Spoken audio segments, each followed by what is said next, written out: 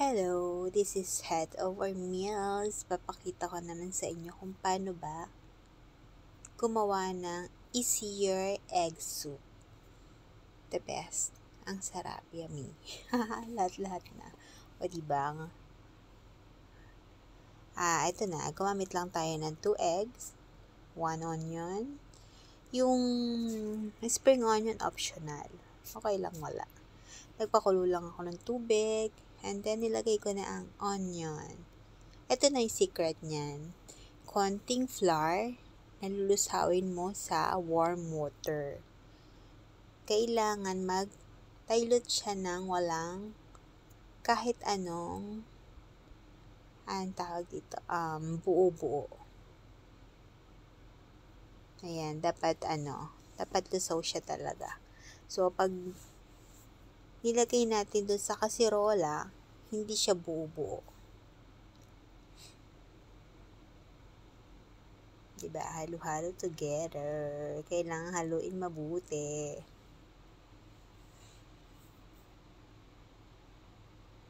Ayan. Tapos yung egg, pag crack natin, mag-ingat kayo sa shell. Kasi pag may bumagsak na shell, medyo hindi siya maganda. Matigas. Saka mahirap siyang hanapin. So, hindi mo siya maalis. Pag kinain mo, minsan may mag-crack sa ipin mo.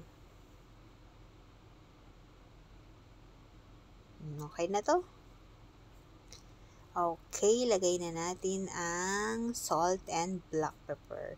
Dinamihan ko talaga yung black pepper kasi wala lang, gusto ko ng spicy. Pero sa inyo, optional lang syempre kung anong gusto nyong lasa. So, i-adjust nyo sa sarili nyong lasa.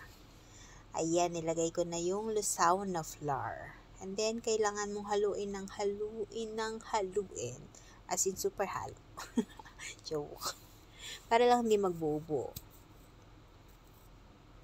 Ayan na siya. Pwede na natin ilagay ang ating egg. Ganyan lang kasimple. Isang lasa na hindi simple. Promise, pag may lagnat ka sa mga pakaramdam mo, etc. or umuulan, masarap to. Tapos mura pa siya. Kasi gamit mo lang naman is egg, konting flour, salt and pepper. Tapos na. Yung spring onion, optional naman, pwedeng wala. Pero kasi ako, favorite ko siya. Gusto ko talaga siya.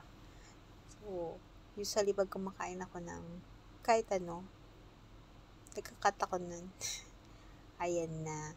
Hindi ko sila ginamit ko. Mas gusto ko ang scissor. Kasi mas mabilis. Tapos naka-shape pa siya.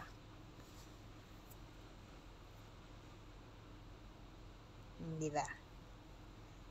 Pag knife ginamit mo dyan, ang hirap niya. Mahirap niyang hiwain. Or hindi lang ako mahilig mag-cut. Pero mahirap pa. Mahirap para sa akin. Okay na yan. O, lagay na natin siya ngayon. Diba, nagkakulay na. Wala kasi akong carrots, pero pwede rin siya lagyan ng carrots. Ito na yun, the best. Mas masarap siya pag may fried garlic. Pero, tinatamad ako. Hindi na ako gumawa. O, diba? Pag may konting harina ganyan,